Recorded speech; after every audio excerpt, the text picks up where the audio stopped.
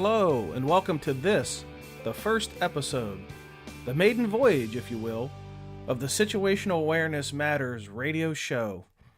And since this is the first episode, I thought it would be appropriate to share with you the backstory of how Situational Awareness Matters got started. You'll also be provided with a good working definition of situational awareness and an explanation as to why it's so darn important in the process of making good decisions.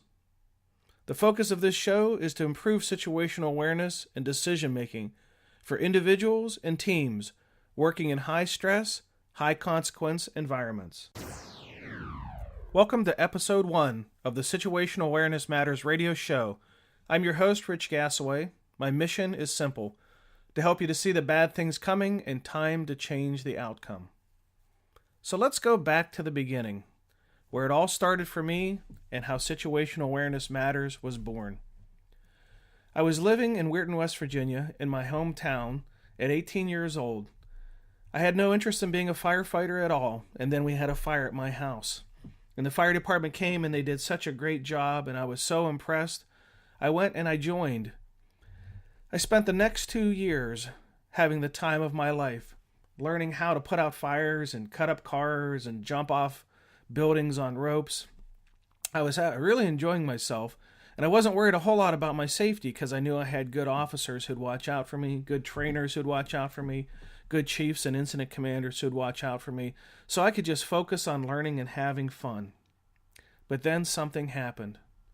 2 years into being onto the fire department, I got promoted to be a lieutenant, and I wasn't ready. It was a volunteer department, and we had an election, and I was elected to be an officer. I wasn't even at the meeting to decline the nomination. It scared me to death. I wasn't ready to be an officer, and I knew I wasn't ready. There's a big difference between being competent and popular. I was popular with the people who had attended the meeting, but I was not competent, and I knew it, and it scared me. I went from riding on the tailboard of the engine to sitting in the right front seat, and all of a sudden now I was the person who was going to have to make decisions that could cost other firefighters their lives. I never wanted to be that officer who'd look the family member of a firefighter in the eye and say, "Your loved one isn't here anymore because I messed up, and I made a mistake, and I cost them their life." Man, I never wanted that to happen. And I was so afraid that it would, because I knew I wasn't ready. I almost quit, but I didn't. What I did is I started on a mission to learn everything that I could about how to make good decisions in high-risk, high-consequence environments, and how to keep those under my command safe. It worked. I finished my career of 25 years without ever having a firefighter seriously hurt or killed under my command. In 2004, I went back to school for my PhD. I wanted to climb the pinnacle of my educational opportunities, and I thought a PhD would be a great way to do that, and it'd give me an opportunity for my second career choice to teach at a college when I finished my career. When I enrolled in the program, I had to do original research, which meant I had to try to discover something that had never before been discovered. I set my goal on doing my research on fireground decision-making, and more specifically, how we cannot see the bad things coming in time to change the outcome. I had studied so many firefighter casualty reports where it has seemed that the person that was in charge of the crews that were working on the scene couldn't see the bad things coming, and it would make me so angry and so frustrated. And I'd say, what were they doing that they couldn't see this coming? How could they let this happen? And I got really good at judging and calling people incompetent and underskilled and underprepared, but I really wasn't learning anything. And it wasn't until I rolled in the program and I started to do work on decision making under stress, and I got introduced to situational awareness. And then I spent the next 5 years earning my PhD while doing my research on the neuroscience of decision-making and situational awareness. I graduated in 2009 with a PhD, and I did my research topic on fireground command decision-making, understanding the barriers that challenge situational awareness. You know, I don't think that out there is anyone who goes to work and says, today is the day. Today is the day that I will lose my situational awareness. I will make some bad decisions, and I will get somebody hurt. I don't think they do that on purpose, but it happens, and it happens all the time. And often when it happens, the contributing factor is flawed situational awareness. But the problem is they don't realize the situational awareness was flawed in the moment. I've had the opportunity to interview many people who've been involved in casualty events and near misses and ask them, what do you think caused it? And inevitably, they'll say, I lost my situational awareness. And then I'll ask, did you realize that you were losing it at the time that you were losing it? And the answer is almost always no. But as they reflect back afterwards, they're able to see that their situational awareness was flawed. But they couldn't see it in the moment. And that's what I'm trying to help you to do, to see the bad things coming in time to change the outcome. What is situational awareness? I've broken situational awareness up into a 3-part definition. Situational awareness is your ability to perceive what is happening around you, and then in turn to be able to understand what you perceive that is happening around you. You do this in the context of the place that you are and as time passes by. And then you're able to take that understanding and accurately predict future events in time to avoid bad outcomes. So let me put that whole definition together for you as a package. Situational awareness is your ability to perceive and understand what is happening in your environment, and then in turn to be able to accurately predict future events. So there's essentially 3 key words in the definition of situational awareness: perceive, understand, and predict. What does it mean to perceive? To perceive is a mechanical process that allows information to come into your brain. You use your senses to perceive, to gather information. Your eyes gather photons of light, your ears gather sound waves, and so on. It's same with tasting and feeling and smelling. All of your senses gather information in your environment. So long as you're conscious and present, you're continually perceiving what's happening in your environment. That information then comes into the brain, is turned into electricity, and sent to the different parts of the brain that control your senses. There is where information is gathered and you form your understanding. The example that I like to use that kind of illustrates how this happens is to say that perception is the input of information, and then once it goes into the brain, it comes together in an area that I call your mental sketch pad. And in my classes, I use an Etch-a-Sketch as a visual demonstration or example of what the formation of situational awareness looks like on the brain. So your brain has essentially the equivalent of an Etch-a-Sketch. Things that you see get sketched on the Etch-a-Sketch. Things that you hear get sketched on the Etch-a-Sketch.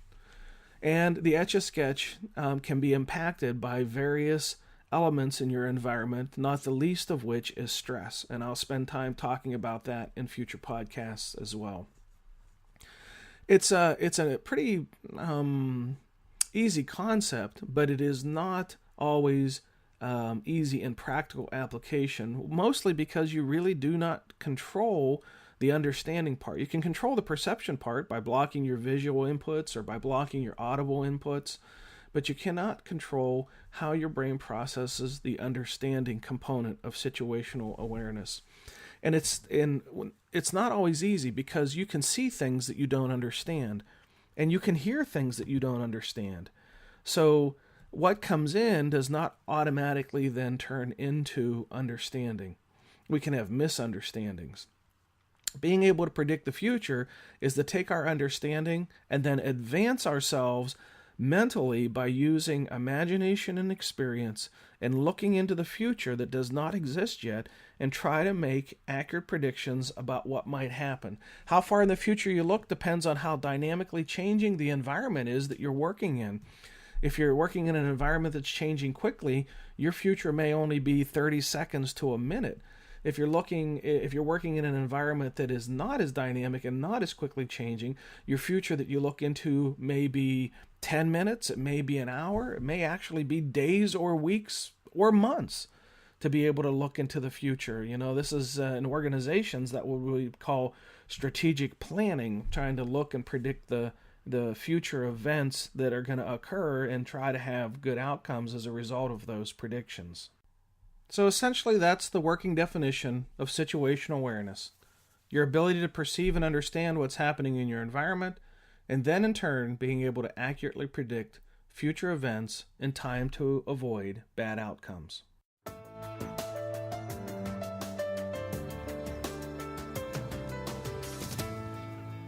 Now let's look at a situational awareness near-miss lesson learned.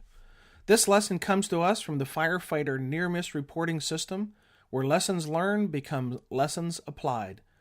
You can visit the near-miss reporting system at www.firefighternearmiss.com. I was riding up as the driver-operator for the full shift. Right after lunch, we were sent to a reported house fire. Upon arrival, there was nothing showing, and we went into investigation mode. On this particular part of the city, the nearest hydrant was 2 blocks away, approximately 600 feet. My officer found that the basement was on fire and called for an attack line. I stretched the 200-foot pre-connect to the front door and returned to the pump panel to deliver the water. The officer and the firefighter began their attack and forgot to call for a greater response to assist us.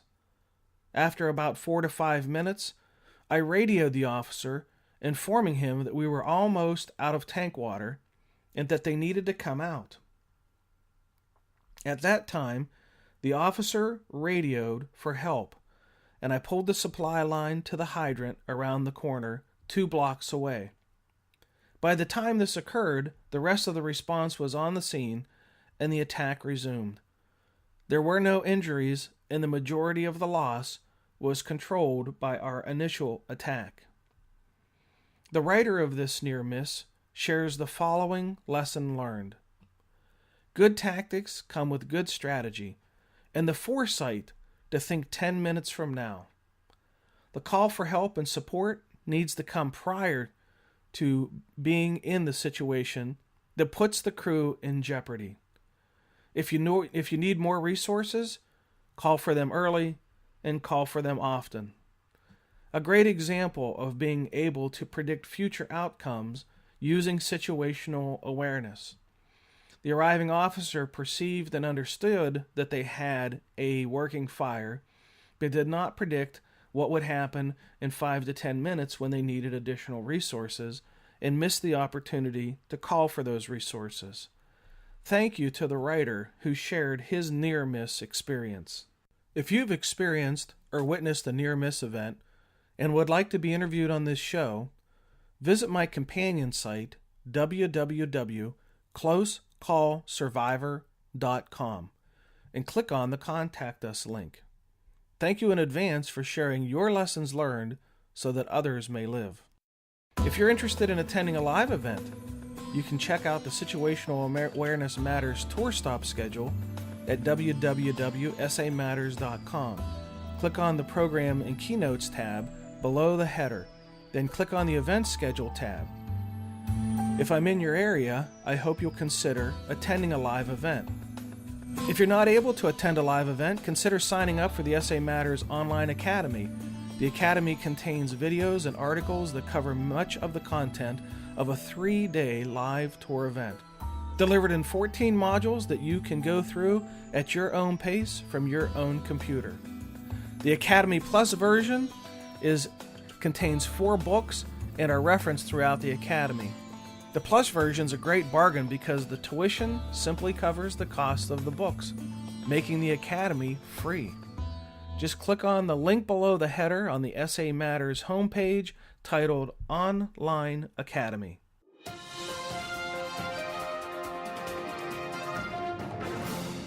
And now let's take a question from the SA Matters community. Our department doesn't train on Mayday procedures at all. What can I do to make our chief and training division understand how critical this is? We've had several close calls in our department, and I'm really concerned.